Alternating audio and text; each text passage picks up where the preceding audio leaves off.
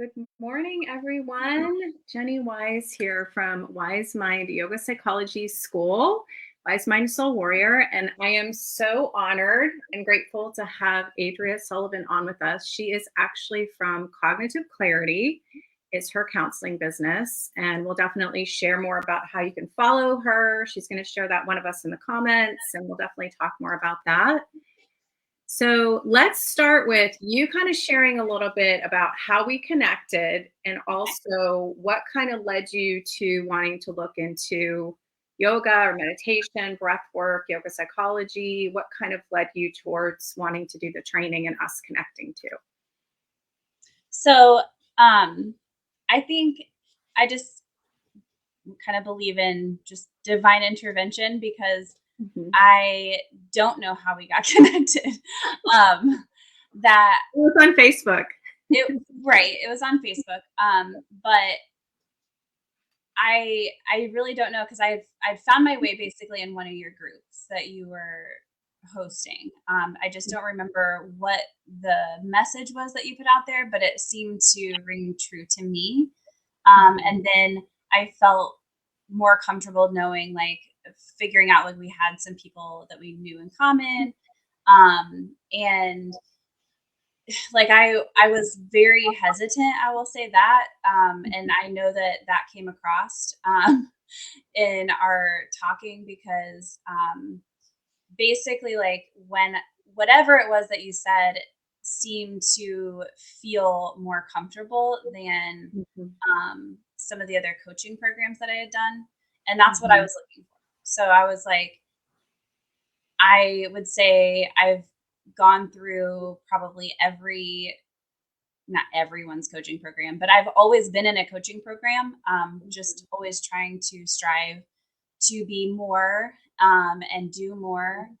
And I kept ending with the same exact result. The other coaches were very like, I don't know, hoorah. Like they were all about encouragement, all about pumping you up. And I Yeah. just realized like that's not what I need. I Right. need I need someone to show me how to listen to myself and come into myself. And since I am in psychology, just the yoga psychology seemed to be that answer. So I while I actually didn't pay too much attention to the class that I was in, because I was getting messages like, "Would you like to schedule a call with Jenny?" I'm like, "Nope, I don't know who Jenny is." Like, Well, "Nope, I don't." you and I mean, we've talked about this many times, and I'll continue to talk about this, that I'm also a firm believer in divine intervention, and that, when when the student's ready, the teacher will appear. And I'm a big Yeah, believer in God and universe, whatever you want to call it, higher power, that things are working at a much higher level, connecting the dots of all of us, and yeah, that when we're meant to cross each other's paths, that there's a higher power that's like making it happen, right? right. And so, and I know, like, from a coaching perspective for you, like, you were in a place, like you said, where you had tried these different things. And I love how you said the thing, hoorah. It makes me think of the Marines, like, where somebody's like, yes, you will do better. And they're like, yeah. Yeah, And that's not what you needed, right? Like, no, you needed it, but you needed it more in a kind of a gentle, encouraging way, and in a non-judgmental, I guess, compassionate, mhm, just another way of getting that same messaging. And I remember you and I talking also, like, just wanting to, like, deeper understand yourself and go yeah, deeper into your own healing journey so that you can also help your clients more, right, right? Which is what a lot of yoga teachers and therapists or coaches, no matter what you do, a lot of them are often going through this journey, not only to have a deeper toolbox, right, to be able to offer these tools that yoga psychology allows you to do, but also their own journey. And we also have over half the women in the group that are solely just going through the journey, and they're not even choosing to get the certification. So mhm, um, I was so grateful because, like, just the fact that you're going to be integrating this into your practice and into the work that you do. yeah, I'm so excited to see, like, how you continue to do that. And I'm so grateful that you trusted me, since you brought that up, and then we'll talk more. Kind of tell me, meant like describe to students, right, that eventually may get on a call with me over the next couple of weeks, kind of describe what was it like getting on a call with me, and what was that feeling of, I guess, a safe space or non-judgment that you felt with me that made you feel comfortable? Yeah, I think it was talking just like this. There wasn't I felt like I could tell you all my reservations about working with anyone. Mhm. Because so at that time I literally had been recovering from the trauma of a online coach who just took my money and shut down their business. And so I was just like, this might seem like overkill, but I need you to send me your like anything that you think I'm gonna sign, anything I like I want remember. to know, right? Like, Yeah, and I you did, remember. you right? You sent everything over pretty quickly. I think that day, but it could have been the very next day.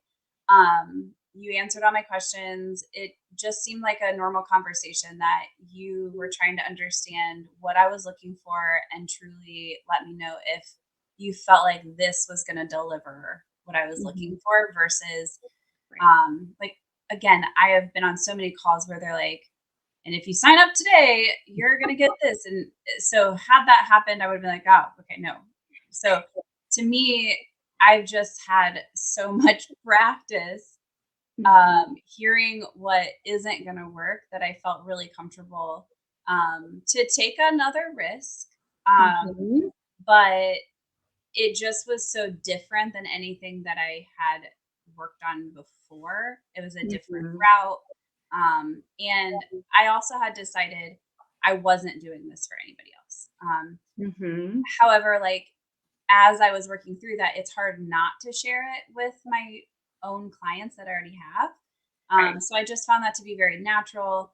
Um, and so that was the mindset I entered in with was I wanted to figure out instead of the encouragement to do more to figure out what was the cycle that I kept getting myself into Mhm. and just understand have a lot more clarity even though that's the name of my company that was Mhm. already established um, so just understand myself better understand how I operate and that is what I learned.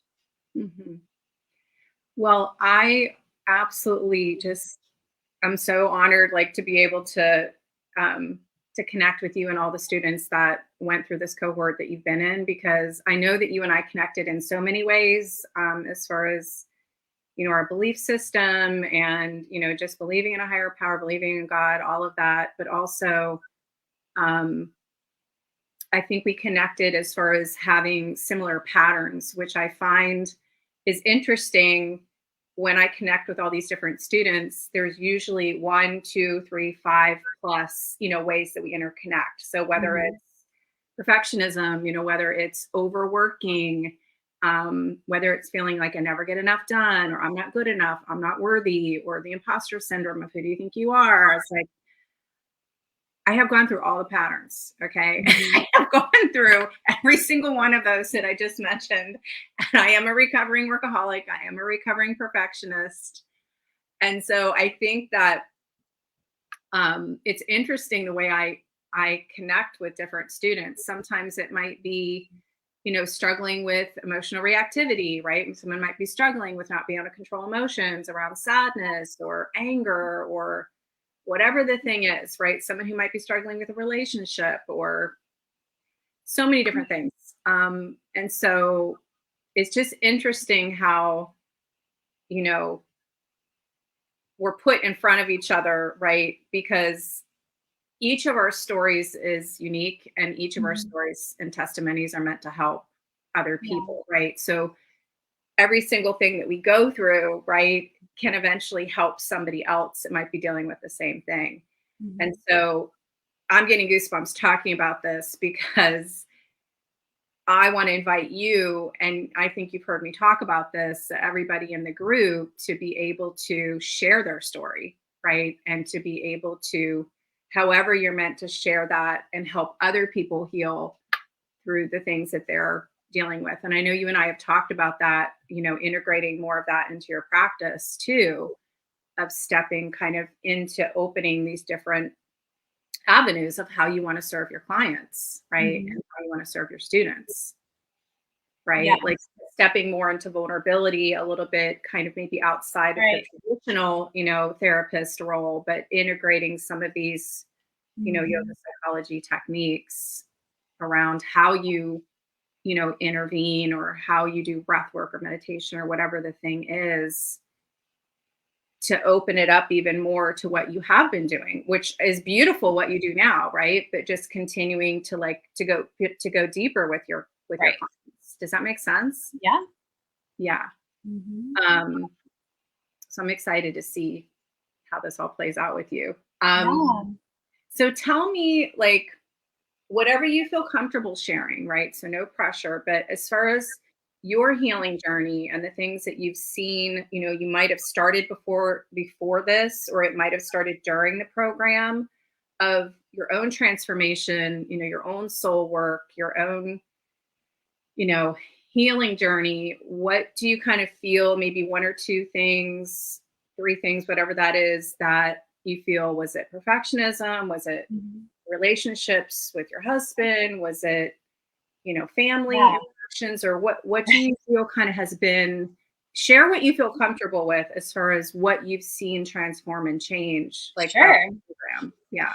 So that's there's been so many that I feel like it's hard to say that this is the one that was best, or the one that's driving me. Um, Well, share as you will. Just, yeah, yeah, I I didn't know. want I'm like, so to judge. stop me. Um, I so for our final project, I titled it "The Gift of Self-Awareness," and Mm, so I think overall, it's a deeper level of self-awareness to know, to really mhm, pay attention to, how does your body feel in this moment. So many times I would just be in a bad mood, um, just irritable, cranky, kind of short with people. And I just kind of chalked it up to, I listen to people's problems all day. I don't want to listen to yours. so like so I would just be like, I just need time. right. Um, but what I realized was there's just all these parts of us, and we have to kind of slow down to pay attention to them. And while you might not have to do anything with them, self-awareness helps you to ease an anxious mind, or to snap out of it if you're being a butt to people and they don't deserve it. um, but so the self-awareness piece, like I don't think I could have pulled back all these layers that I didn't even know were there. Honestly, before all this, I felt, I had made a lot of progress in anxiety in general, but I Mhm, still just felt anxious about, fulfilling my purpose. I mhm, had been just someone that was always striving, um, to learn more, to do more. I didn't feel satisfied with the fact that I already ran a really successful business. So, like, mhm, through that process, I'm like, what am I striving for, anyways? So, if it's not more money, if it's not more of this, like, so that's what I uncovered. And so, while on the surface, um, I felt really confident in what I was doing. I was like, I love myself. Like self love didn't seem to be a problem. I have always found pride in the fact that I have plenty of me time. Like I work out, I eat mhm, well. I was always okay with that. And then the more I worked through those inner critics, at first glance, I'm like, maybe some taskmaster because there's always something to do. But then it's like, if because I was doing all this for me and I had to stop myself so many times, like, oh, the world needs to know this. Like, I'd start telling everybody else, and so I had to like stop, put all mhm, that to the side, and come back to me. So that was new, and I just knew that that needed to happen. And so then I uncovered that I wasn't using my voice, that there was, in the throat chakra, like mhm, I was not able to speak up. And so then you go through the next layer, why? And so while I on the surface, definitely like do love myself. I think I'm a very positive person, but there was this core piece that didn't feel loved by others, didn't feel important. And so then I kind of go back to the beginning. Why did I start this? Like I was in this never ending cycle. I could get really motivated. And that's why I didn't want another hoorah person. Like I could get myself motivated. I can knock out a lot of things, right? Like I can be a super successful person. And then the next moment I'm like, man, I don't want to do that anymore. Right. So, I mean, I literally would I could make a lot of money in a project and then just be like, yeah, I'm not gonna do that anymore. I'm gonna walk away. So I had to figure out why. And I think that was it, like uncovering, digging deeper, getting to the core issue so that I don't make that mistake anymore. And truly like deciding to live life for me, I really had to stop myself from calling people and like specific family members that I realized like, oh my goodness, you've been actually just trying to get approval. You've been actually trying to earn love. And so stopping myself from even calling for a while. So I think it's important people know there's not like, no one can like pass you the answer and just be like, here's your cheat sheet. Now go through the rest of your life. Like you find out this little piece of information and then you go with that. And then you uncover another piece and then you go with that. And it's okay that they might contradict each other. But it's all part of this process of just learning how do you operate and vulnerability to go and say, oh, okay, I actually was acting from a place of fear. I was triggered by something else and I said it to you. So my goodness. So another benefit is just, I actually am noticing I have deeper relationships with people. So like the benefits of working on yourself in general and getting it, like allowing yourself to open up, has endless benefits. Like you can't go wrong with that.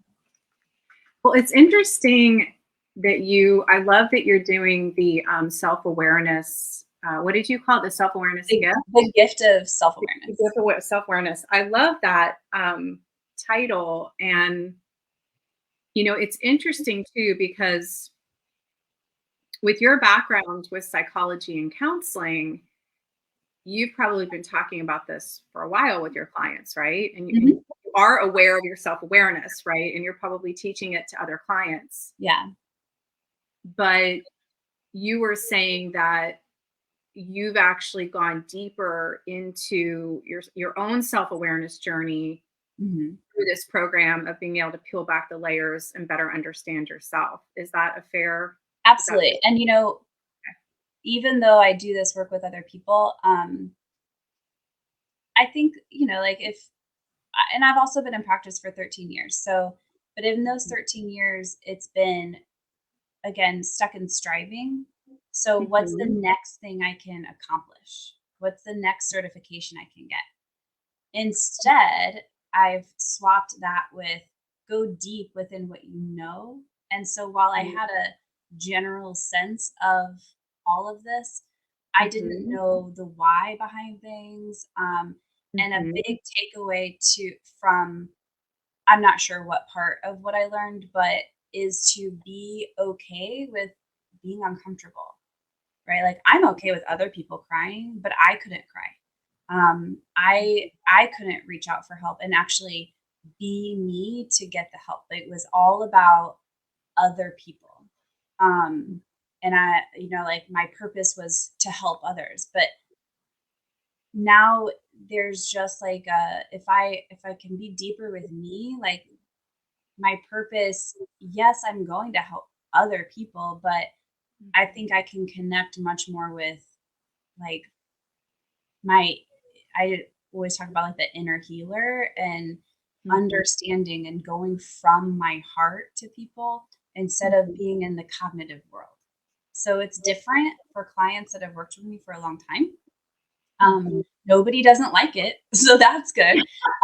Nobody's left me. But I have clients that, I've seen for 4 years. And so in the past year, I've transformed from a lot of cognitive behavioral therapy to, talking about how's your body feel? And pointing out like, oh, I've noticed, they think I'm reading their mind all of a sudden, but it's just because I'm trusting my own intuition, and not thinking that that's too woo-woo for me.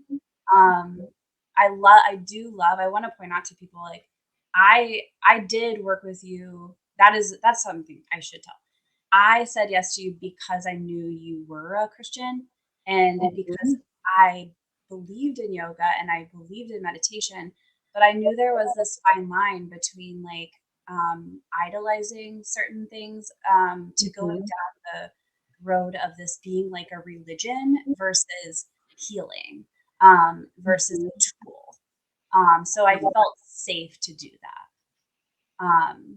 So yeah, I mean, I think like when you feel safe, when you can learn things about yourself, then you can really actually show up as yourself. So I'm still helping people, but I know, I've grown from just needing to like help more people to investing in myself so that I can show up as all of me. Um, I've I don't know. I do feel like a different person. I'm not perfect in any means, but the idea of like being in the flow of life seems like makes more sense. Yeah, I mean, not a lot of things really rattle me like they did before. You mentioned, how does it help relationships? Like prior, I know me and my husband would get into arguments, not all the time, but if we were arguing, we'd kind of raise our voice and go back and forth.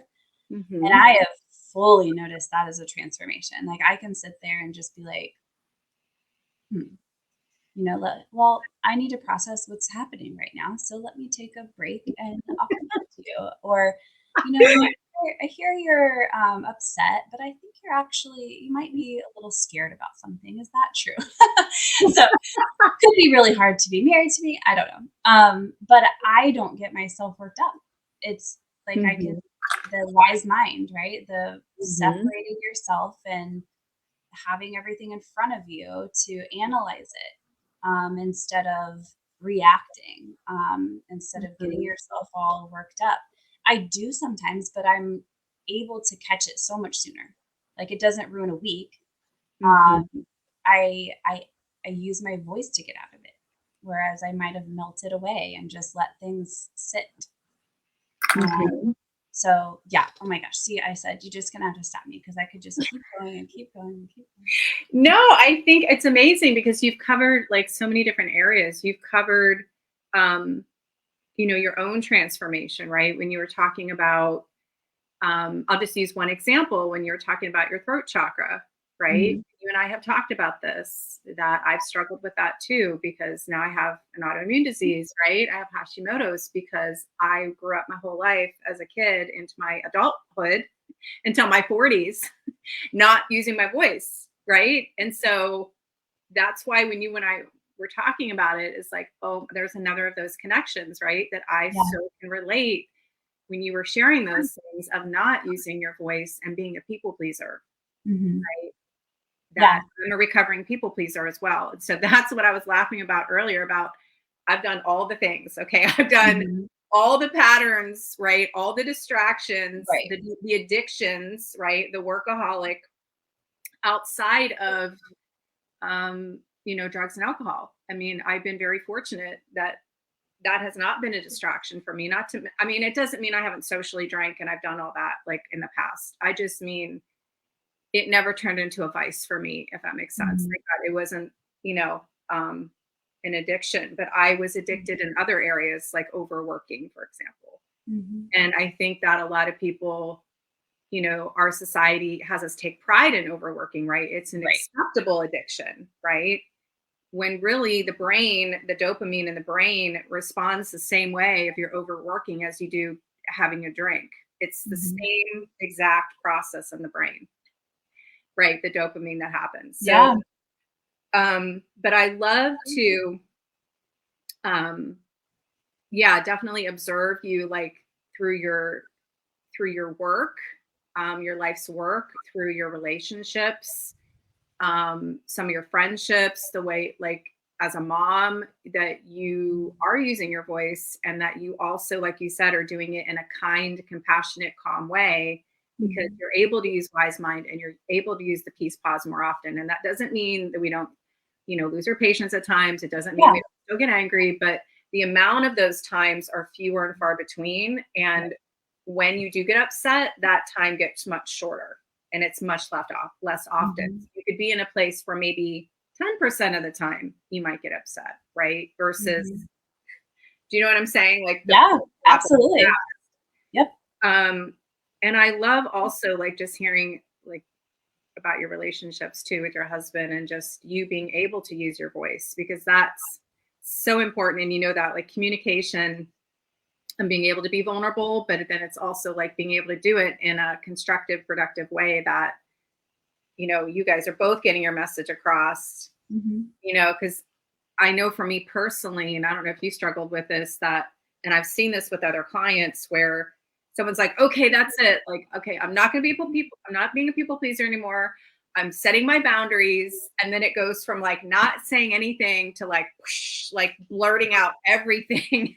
Yeah. No in between of like, learning to have that pause where I'm going to use my voice and I'm going to speak up for myself.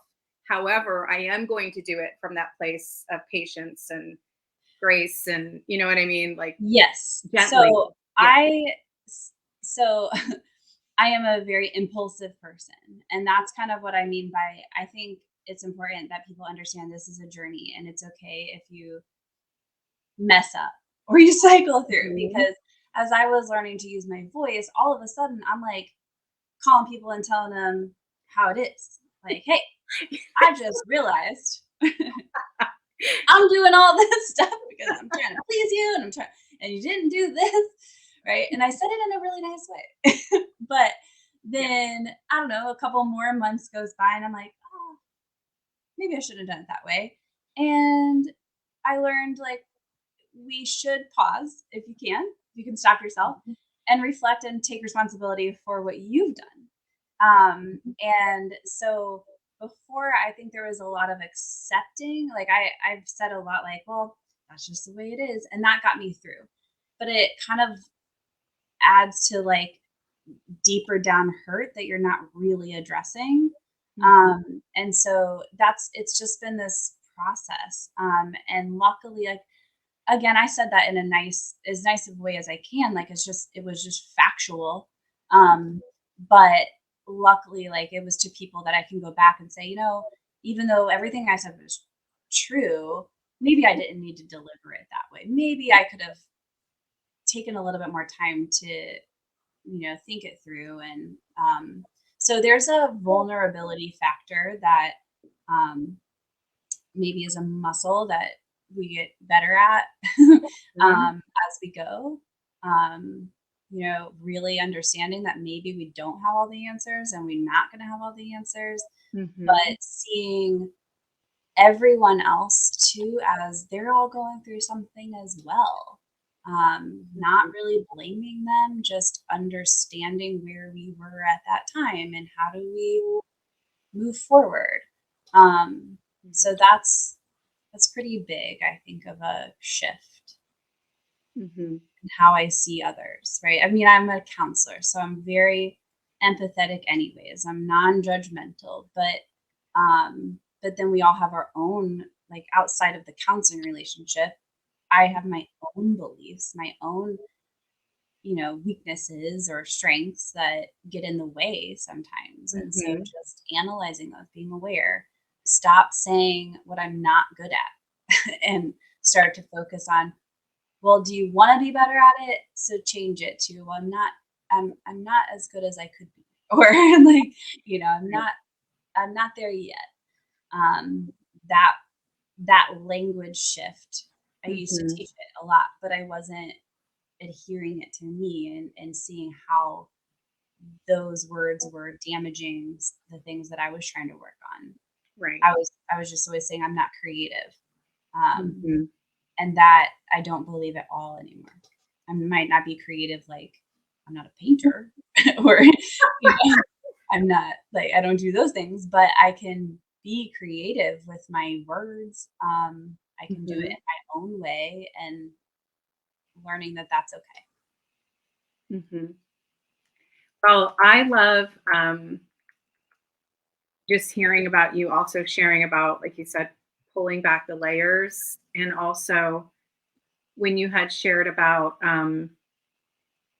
connecting to your heart as much as you are your mind when you're working with clients, and also for yourself, and kind of making that shift with doing more of the soul work in addition to the cognitive work, right? So working with the subconscious mind, and that of course is a piece of the healing process. Yeah. And changing your thought patterns, but so is the soul work and the heart, your heart chakra, right? The somatic piece of releasing the traumas and releasing the emotions that are stuck in the body. And that it takes both of those. You can't just do the cognitive. You have to be able to do the somatic as well, but you have to be able to do both to fully heal, right? Mind, body, and soul, the whole nervous system and the heart and all of that, right? Because our heart gives off, I forget the statistics, but it's significant. I remember it was like 40,000, but it's a huge number. Like our hearts electromagnetically give off tons more, right, than what our mind does. So that's why when we can start to tune into our heart and our soul and peel back those layers, like what you're talking about, what's been happening with you is, I mean, especially for what you do as a counselor, but that goes for everybody, right? It goes as a wife, as a business owner, as a mom, as a friend, as a daughter, as a sister, like in all the ways. And again, I'm getting goosebumps talking about this because the deeper we each heal ourselves, the deeper we help the world to heal. But it starts with each of us one at a time, healing ourselves. Does that make sense? So yeah. And I think if in order to tune into your heart, you have to slow down. And so if you're going a little slower and you're being more intentional, then you're going to catch, like, when like my kids are psychotic most of the time. There's just so high energy and everything. But like if I'm in tune with how their energy shifts, then I can catch it, and maybe not, if they do something, maybe I'm not going to get upset that day. Maybe I'm just going to be like, what's happening? And sit down with them and talk to them instead of just be upset for what they did, kind of go behind the scenes and talk to them. And it can be a teachable moment. But I know, we both work in our house, and I was running 2 businesses and raising these kids, and most of the things, I don't know if that's everyone, but lands on my shoulders. And so it's just always like, there's always something to go do, but everything's still getting done. I'm not so, pressed to make sure all the laundry's done all the time. Like, you're not going to walk into my house and it be perfectly clean ever, unless the cleaning lady came that day. And that's okay. Right? And that's fine. Okay. Right. Yeah. And because like you just get a little bit more aware of what actually is important. And I think coming from that space is how I like to live my life. So that's a process of knowing, like, when I start to feel really confused and chaotic, then I need to look back and be like, what am I not doing? I've probably missed a few days of meditation. I've probably switched into calling everyone for advice versus listening to my intuition. And so I can pretty quickly, like, whereas before I might have gone off the deep end, it'd take a month to figure it out. And that's when impulse takes over. Instead, I quickly realized that, and I'm like, I need to just go meditate. I need to go be and chill and get back to what's important, even if that means there's 50 loads of laundry that need to get done. Right.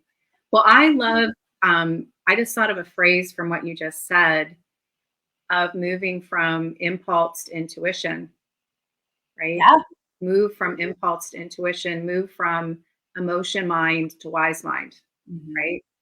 And be able to live in that wise mind more often. So I want to share one other thing. I have one more question for you. I did want to mention, you had mentioned about from a perspective, belief system perspective, like I myself, we're both Christians. I did want to share that this is open to any belief system, right? But that's my belief system. And when you think about yoga, there's a lot of confusion because yoga is meant to be a philosophy. It's meant to be a way we live our life, just like Christianity is meant to be a way you live your life, right? You live with yoga. The way we teach it is you're living your yoga off the mat, right? Are you living your life showing up as a yogi off the mat, right? That's really, I mean, the mat and the yoga, the meditation, the breath work, that's all important, right? That's all part of the practice. But the biggest part of the practice is how do you live your life off the mat? And so that's where those ties come in with a belief system. But again, you know, if you're spiritual, if you're wanting to go deeper into your practice and you're wanting to integrate mind, body, spirit, if you're wanting to heal on a deeper level, and maybe you've had a physical asana practice and you're wanting to go deeper into the emotional and spiritual and mental health component of yoga, then this would be a good fit for you. Okay, this is meant to go deeper in all layers. This is not meant to just be like a pure asana practice. Okay. So I just want to mention that. So I like to call it praying mind, body, and soul. It's like a prayer. So for me, it's like me praying to God on the mat. That doesn't mean that's for everybody. That's just my personal practice. And so how you choose to go through the practices that we do is up to you. And I know you and I have had that conversation of what resonates for you. Let it resonate. What does not, we let it go. And there are going to be certain things in yoga that don't resonate for you, right? It might be like reincarnation or some other things that some people talk about. It's like, well, I don't believe in that, but that doesn't mean I'm going to let that taint my practice of yoga. I'm going to focus on the things that resonate for me, like healing my heart, you know, healing my heart and like helping to practice mindfulness and like the science of yoga, right? There's a science behind yoga. There's a reasons why people practice it for thousands of years. Okay. Yes. It's all, I think what you teach is all encompassing. It's not any one religion over another or at all. It's just, I needed to feel safe in knowing that because of where I was in life. And there are certain teachers, and I'm glad you brought that up, that depending on the teacher and depending on their belief system and also depending on the teachers that they've worked with and what their teacher lineage is, you know, they could bring in other things that you don't feel comfortable with or different ways that they're practicing. So I'm not to say that there might not be certain teachers that you don't, you know, that people don't feel comfortable with, because I've been in some of those classes. However, I just want to assure everybody that watches this or watches the recording that that is not how I practice or how I teach. I like it to feel everybody will feel comfortable no matter what your belief system is, no matter if you're agnostic, whatever. It's meant to be a spiritual practice of healing. And it's also meant to be a practice of community and connection, which is as important. The way we practice and teach is very much building a community and supporting each other as soul sisters. So I think that's important to mention too. Okay, so I'm going to put this two things in the comments. So our doors are going to be opening for Wise Mind Soul Warrior Yoga Psychology School. So I'm putting that website, Wise Mind Soul Warrior, in the comments. If you want to put whatever your website, or I can do that, if you want to put that in the comments as well, your website. And then I have one other question for you, then I'm going to let you go. So I also want to mention that Adria does, as she mentioned, cognitive, her practice is called cognitive clarity. Historically, she's done cognitive behavioral therapy and integrated some other techniques, but she is working on starting to bring breath work and meditation, mindfulness. She's still working through what that's going to look like. And as she mentioned, she's been doing that over the past year, starting to integrate some of these other practices into her practice. But she will continue into this year with integrating more. So Yeah. We'll definitely keep sharing and talking. I'm going to be sharing what different graduates are doing. And so I'm super excited. Again, I've already said this, to see how you're going to continue with your own healing journey, and also how you're going to continue to help other clients and students. So one last question. Just a quick snippet, a short version of, again, if somebody's listening to this recording and they're thinking about scheduling a call with me eventually, just a short snippet of that. And then the second thing is, if somebody listens to this recording, they're like, yeah, I'm thinking about doing a yoga psychology. I'm thinking about, thinking about that program. That looks cool. Like, what would you tell that student that was considering at least talking to me or considering joining the program? I think if you're at all thinking that it might be for you, then you owe it to yourself to just get on the call. Like, that it's truly like not a pressure call. It's not going to be one of those that if you sign up today, then you are amazing. Like, you are amazing, but it's not that way. I think you can come and share your hopes and dreams, but your hesitations, and you'll be heard. And it's like, while I went into this really wanting to dig deep within myself for personal reasons, it is a great opportunity if you are someone that is wanting to get into yoga, if you want to be a yoga teacher, or you just want to improve your coaching skills. So like, I can't see it being, it's not a one track. Like, it really is all encompassing, as long as I would say, like, make sure you're coming into it with an open mind and a curious mind, because you would do yourself a disservice if you went into it and you weren't willing to dig deep within yourself. You're just going to learn the book stuff. And I will say that it is way beyond more information than I ever thought it would be in the LMS, the online portal. It is like, I mean, I have no idea how you compiled so much information. It was like, that is over like 10 years of, well, it's all there, just so anybody knows. And that's where I'm like, oh my gosh, like, that, it really is a lot. So take your time, because like, I felt rushed a few times, to like, oh, I got to keep up, but I had to just keep reminding myself, this is for me. And I tend to just rush through to get done. And that wasn't the point. And so, you have access to it forever. So just keep going back and studying and doing the work, and you'll get to wherever it is you're going. But just call. And thank you for mentioning that, because I did want to, one second, sorry, just trying to do things, getting two things at once. That you do have lifetime access. It's important for you to mention that you don't have to get through every single video, right? For those people that are going for a certification, you don't have to get through every single video to graduate, because in yoga, we're assuming on the honor system that you will get through the material. And that's why we give you lifetime access. One, ideally to get through it in that period of time. But if you don't, to be able to continue. Secondly, if you do go through it once, you got to go through it again, which is why we give you lifetime access. So like somebody like me, who I've gone through live trainings, because my journey was going to LA and doing this training in Los Angeles, but I also was able to access online stuff that she recorded as well. And so I still go back and watch some of that stuff, and it's going on 6-7 years later. So the point being that you will go back and use this stuff. You will go back and rewatch videos. You will go back and look at the manual, which is a 900-page manual. You've got handouts, you've got journaling prompts, like the whole thing. And, like, one of the things I love to do is I like to go back and do some of the chakras, the psychology of the chakras, foundations of, say, like the koshas, right? So for me, like, doing the 5 koshas every January is a great practice, where you're kind of reminding yourself of the foundations of yoga psychology, if that makes sense. It's a good reminder. of peeling back the layers, right? Right. Well, I'm open to talking with anybody if they have any more questions too about my experience, if anyone wants to dig deeper. I appreciate that, girl.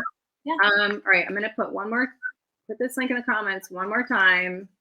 𝐦𝑠mindsoulwarrior.com is the yoga psychology school, and I'm gonna let you go, girl, because I know you have to go. But I am so grateful. Thank you so much for taking the time to be on here with me. I appreciate you getting out of your comfort zone. So this is a good example of you stepping out into your comfort zone or out of your comfort zone and not playing small and just trusting the process and trusting your intuition that, you know, we're just getting on, like I said, we're just getting on a call like it is you and I having conversation. And this is exactly, like you said, how I run my consultations with people. Right. There is no pressure. There is, like she said, there is no buy today or, you know, give me your credit card right now. Or it's like, there's none of that. Okay. So it's me having a conversation and figuring out, what are you struggling with? This is what we have to offer. Is there a match? And are you ready from an emotional perspective? I think that's the important piece. Is the financial part you can figure out, but I'm more concerned about talking to everyone, which is part of the application process. Is, are you ready? Like, you're never 100% ready, but are you enough ready to make that decision to move forward, or you're committed to your healing?